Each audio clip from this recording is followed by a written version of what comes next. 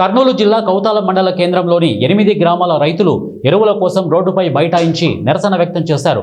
Kharif season start అయి 2 నెలలు గడిచినా తమకు ఎరువులు అందడం లేదని, ఎరువుల కోసం ప్రతిరోజు వ్యవసాయ కార్యాలయం ముందు గంటల తరబడి నిలబడాల్సి వస్తోందని, ఎరువుల గురించి అడిగితే మండల వ్యవసాయ అధికారి నిర్లక్ష్యంగా సమాధానం ఇస్తున్నాడని ఆరోపించారు. సుమారు 100 మంది రైతులు రోడ్డుపై బైఠాయించడంతో భారీగా ట్రాఫిక్ జామ్ ఏర్పడింది.